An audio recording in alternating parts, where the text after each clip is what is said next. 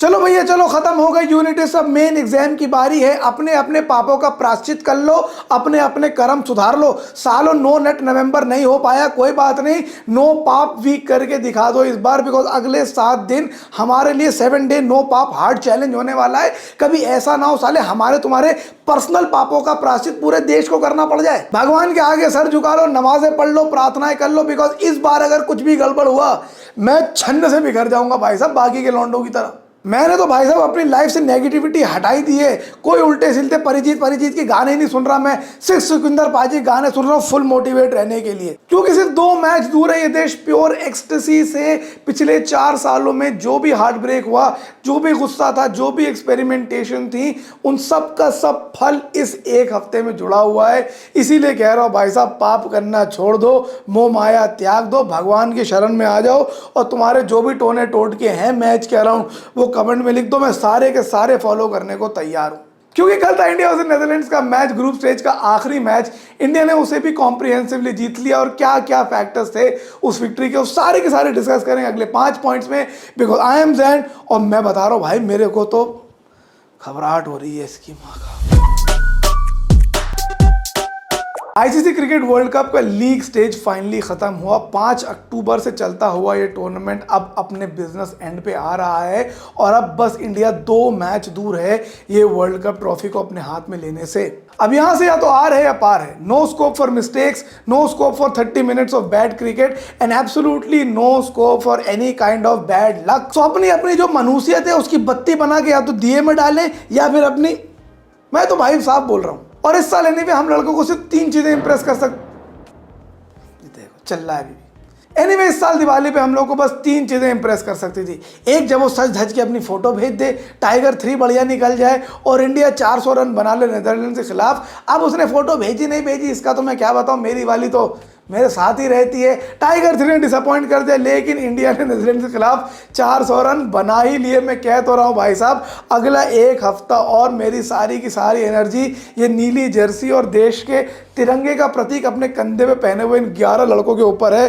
भगवान इन पे अपनी दया रखना, और हम सब पे भी। बहरहाल कल का मैच ऐसा था कि सारे 11 के 11 लड़के अपने अपनी स्टोरियों पे डाल सकते हैं कि डेड रबर को भी इंटरेस्टिंग बनाने का फक्र है, और ये फक्र 2 मैच और चल जाए तो हम भी स्टोरी डाल सकते हैं कि 2 वर्ल्ड कप के मैचेस लाइव टीवी पे देखने का फक्र है।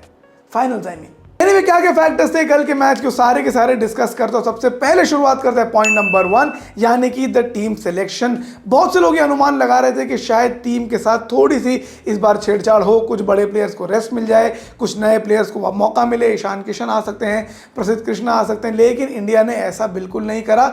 सेम टीम लेके इस टूर्नामेंट की उतरे इस मैच में भी, और अच्छा ही करा, बिकॉज 7.5 दिन से तो रेस्ट चल ही रहा है। 7 दिन के गैप के बाद मैच था, और 7 दिन पहले जो मैच था भी वो भी तो आधे दिन में खत्म ही हो गया। 7.5 दिन का रेस्ट था, अच्छा कर सब लोग खेल लिए। 22 अक्टूबर को इंडिया ने जब न्यूजीलैंड को हराया तब टूर्नामेंट की पॉइंट्स टेबल भी खुल गई और टीम मैनेजमेंट की आंख भी खुल गई। तब से सेम टीम इंडिया लेकर चल रही है हर मैच में, and this team looks even more menacing each match. I think it was the last chance for them to try things before they get into the business end of the tournament. Important था कि plans, roles सब वापस से check हो जाएं और एक simple सी dress rehearsal हो जाए मैच से पहले। और सबसे इंटरेस्टिंग पार्ट मुझे लगती है टीम का templatisation. Legendary film Chandni Chowk to China में महान एक्टर श्री अक्षय कुमार ने कहा था कि मुझे उन 100 मूव से डर नहीं है जो तुमने एक बार प्रैक्टिस करा है, मुझे उस एक मूव से डर है जो तुमने 100 बार प्रैक्टिस करा है। I think somewhere in sports this templatisation works. Australia को हम लोगों ने पिछले कुछ डेकेड्स में इसी तरह के टेम्पलेट पे काम करते देखा, जहां एक पैटर्न सेट हो जाए विक्ट्री का, and if you can consistently and successfully repeat that pattern you are an unbeatable side. यहां पर भी उसी तरह का टीम इंडिया का एक टेम्पलेट सेट होता दिख रहा है। ओपनर आएंगे, वो तोड़ेंगे, मारेंगे, उसके बाद कोहली और श्रेयस अय्यर आएंगे, टीम को स्टेबलाइज करेंगे और 40-35 ओवर तक लेकर जाएंगे, और वहां से एक अच्छा लॉन्च पैड मिल जाएगा रन बनाने के लिए। सिमिलरली बॉलिंग में भी एक पैटर्न सेट हो रहा है, और मुझे लगता है ये पैटर्न कहीं ना कहीं इंडिया के लिए काम कर रहा है, और कल भी इन्होंने सेम पैटर्न पर ही मैच खेला, which was very very interesting to see। वही बात है ना गाइस, हम लोग भी बचपन में जो टाइम टेबल बनाने वाली बकचोदी करते थे, उसको अगर हम भी सही तरीके से फॉलो करते तो आज हम भी कहीं कॉर्पोरेट के 14 बने बैठे होते, वर्ल्ड कप में मैन ऑफ द मैच का अवार्ड दे रहे होते। लेकिन नहीं, हमें तो तब स्वेट कैट्स देखना था साला, तब स्वेट कैट्स ना देखा होता तो आज ये दिन भी ना देखना पड़ता इसकी माँ का। चलो कोई नहीं, झेल लेंगे इसकी, इनकी कौन सी बड़ी बात है।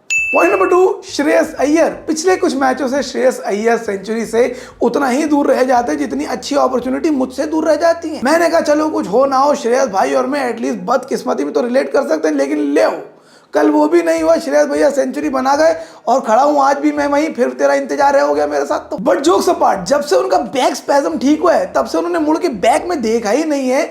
एक के बाद एक अच्छी इनिंग खेलते चले जा रहे हैं और टूर्नामेंट के बीच में अननेसेसरली उनके उंगली होने लगी थी कि अरे भैया अच्छा क्रिकेट नहीं खेल रहे, रन नहीं बन रहे।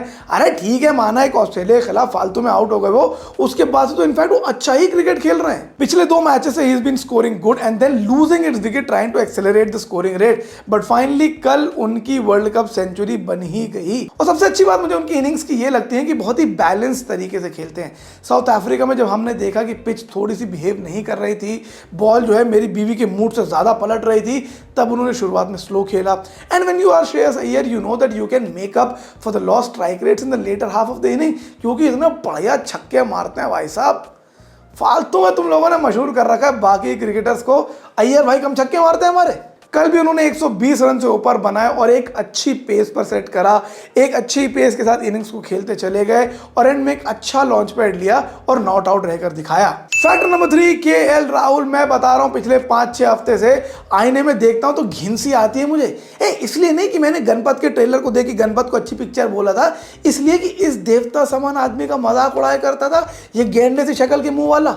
फिर मैं सोचता हूं मैं तो केएल राहुल का ओपनर का मजाक उड़ाता था, KL Rahul the middle order batsman का तो मैंने कभी मजाक उड़ाया ही नहीं। But you know honestly Rohit Sharma के बाद KL Rahul also plays a very selfless role in the team. एक तो बेचारे 50 ओवर कीपिंग करते हैं, उसमें भी कभी कभी विराट कोहली जैसे महान स्विंगिंग बॉलर की भी कीपिंग करनी पड़ जाती है उन्हें, और उसके बाद बैटिंग करने भी नंबर 5 पर आते हैं, जहां पर या तो उन्हें एक बैटिंग कोलैप्स को संभालना पड़ेगा या फिर बहुत ही कम टाइम में एक्सेलरेट करके दिखाना पड़ेगा, और दोनों ही मैचेस में उन्होंने ठीक ठाक करके दिखाया है। जब ऑस्ट्रेलिया के खिलाफ 2 पे 3 हो गया था और सारे के सारे कलेक्टिव गोटे हमारे मुंह में आ चुके थे, वहां पे केएल राहुल ने I think arguably is best inning of the tournament खेली, आराम से खेला और 97 पे स्ट्रैंडेड रह गए। उसके बाद उन्होंने अपनी हाफ सेंचुरी कुर्बान कर दी विराट कोहली की सेंचुरी के लिए। उसी दिन भाई साहब मैंने मन्नत मांग ली थी कि भगवान मैं किसी को दिवाली पे सोन पापड़ी नहीं बांटूंगा, लेकिन केएल राहुल की सेंचुरी होनी चाहिए, और कल हो गई। मैंने सोचा साले कुछ सब्सक्राइबर ही मांग लेता उस समय लेकिन कोई बात नहीं, उसकी खुशी में मेरी भी खुशी है भैया। कल भी कुछ ऐसी सिचुएशन हुआ, 89 रन पे आखिरी ओवर आ गया, मेरे चेहरे का रंग तो भाई साहब लड्डू पीला कलर का हो गया। मैंने कहा इस बार भाई की सेंचुरी नहीं छूटनी चाहिए। 2 छक्के मार के भाई ने सेंचुरी बना ली, और ऐसी वैसी सेंचुरी नहीं, fastest ODI 100 for India in world cups. 62 balls was all it took for him to reach 100, और बहुत ही अच्छी इनिंग उन्होंने खेली। उसके बाद कीपिंग में फिर अपने कमाल दिखाए, 2 बढ़िया कैचेस करे, 2 डिसमिसल्स करे। बहुत से लोग ये भी कह रहे थे कि यार केएल राहुल को actually man of the match होना चाहिए था, बिकॉज ऑफ कोर्स 2 बहुत अच्छे उन्होंने कैचेस पकड़े, एक अच्छी सेंचुरी करी कम टाइम पर। बट ठीक है, आई थिंक ये सब मैटर नहीं करता एज लॉन्ग एज इंडिया जीत रही है। मैन ऑफ द मैच तो मेरे कहने से शाहीन अफरीदी को दे दो, इसकी माँ का, मुझे कोई फर्क नहीं पड़ता, मैच इंडिया जीतना चाहिए। Point number 4, India bowling. भैया वो जो टीम की बॉलिंग हुआ करती थी, जो 400 वाली टीमों को भी 83 रन पे ऑल आउट कर देती थी, वो कहाँ गई कल? नहीं मतलब आई अंडरस्टैंड कि पिच फ्लैट थी, bowlers were not bowling full steam, लेकिन फिर भी थोड़ी तो दुख दुख होने लगती ना यार। अब भैया इतने सालों का हमारे नॉकआउट स्टेजेस का पीटीएसडी हमारे दिमाग में भरा हुआ है, हल्का सा भी कुछ गड़बड़ होता है तो ले इंसान की फटने तो लगती है, क्योंकि देखो क्या है ना कि सेमीफाइनल से वैसे ही बेसिक लेवल तो सबकी फटी रहती है। अगर 19-20 भी कुछ गलत हो जाए तो ऐसा लगता है लो भाई मेरा छाती बैठा जा रही है। लेकिन फिर वही बात है ना यार कि इंडिया की बॉलिंग एक्चुअली रिलेंटलेस है। आप सिराज और बुमराह से बच जाएंगे तो शामी आ जाएगा, शामी से बच जाएंगे तो कुलदीप और जडेजा आ जाएंगे, और अब तो अगर आप इन 5 से बच जाएंगे तो वर्ल्ड का best in swinging bowler Virat Akhtar आकर आपको आउट कर देगा। आई मीन विराट अक्रम। भैया मेरे हिसाब से तो आधा डिसेप्शन उनके बॉलिंग एक्शन में ही है। पॉल एडम्स के बाद दुनिया का सबसे बढ़िया एक्शन के साथ विराट कोहली बॉलिंग करते हैं, और किंग तो फिर किंग ही होता है यार। कल दूसरी ही बॉल पे उन्होंने एक बंदे को चलता कर दिया। मैंने कहा भाई साहब ये थोड़ी देर और बॉलिंग कर लेंगे, 50 विकेट इनके भी हो जाएंगे। और उसके बाद भाई जो रोहित शर्मा ने बॉलिंग बांटना शुरू करी है, इतने तो हमारे मोहल्ले में अंकल लोग ज्ञान नहीं बांटते जितनी कल रोहित शर्मा ने बॉल बांट दी। जिसको देखो आओ सूर्य कुमार यादव आओ बॉलिंग करा दूं, हाँ भाई क्या नाम है शुभमन गिल आओ बॉलिंग करा दूं, टी दिलीप को ही बुला लेते, कह रहे चल बे मेडल वेडल बाद में दो, आओ 2 ओवर भिगवा दो। मुझे तो लग रहा है कि राहुल द्रविड़ पजामा पहन रहे होंगे कि आता हूँ जरा 2 ओवर मैं भी डाली हूँ। कल दिवाली की छुट्टी ना होती भाई साहब, ये मोटा भाई के लड़के को बुला लेते कि आओ चच्चर लगे 2 ओवर तुम भी डाल लो, क्या याद रखोगे।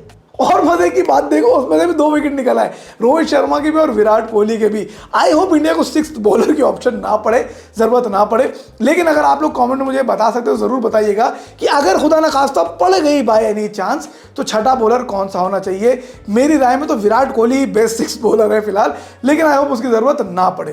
पॉइंट नंबर 5, टोने टोट के ब्लैक मैजिक, व्हाइट मैजिक, जो कुछ भी आप लोगों के तरीके हों मुझे कमेंट में बता दें भाई साहब, मैं सारे के सारे करने को तैयार हूं। बिकॉज मुझे लगता है कि स्किल सेट के मामले में तो टीम इंडिया के सारे बेसिस कवर्ड हैं, बस लक के मामले में थोड़ा सा साथ मिल जाए। अब तक हमें पूरे टूर्नामेंट में लक के ऊपर रिलाई करने की जरूरत नहीं पड़ी है, लेकिन यू नो नॉकआउट मैचेस में कुछ भी हो जाता है, one umpire call can go against you, कुछ भी इधर उधर हो जाता है। तो जो जो आपके टोने टोट के हैं कमेंट मुझे बता दें, मैं सब करने को तैयार हूं। बिकॉज लाइक आई सेड, मेरा दिल नहीं टूटना चाहिए गाइस। बाकी अगर आप लोग को वीडियो अच्छा लगा तो उसे लाइक कीजिए, कमेंट करके अपने टोट के मुझे बताइएगा और सब्सक्राइब कीजिए मेरे चैनल को। बिकॉज इस हफ्ते बहुत इंपॉर्टेंट हफ्ता है, बहुत सारे वीडियोस आएंगे, मिस मत कीजिएगा। फिलहाल मैं जा रहा हूं मेडिटेशन करने के लिए। सी यू, टाटा, बाय बाय।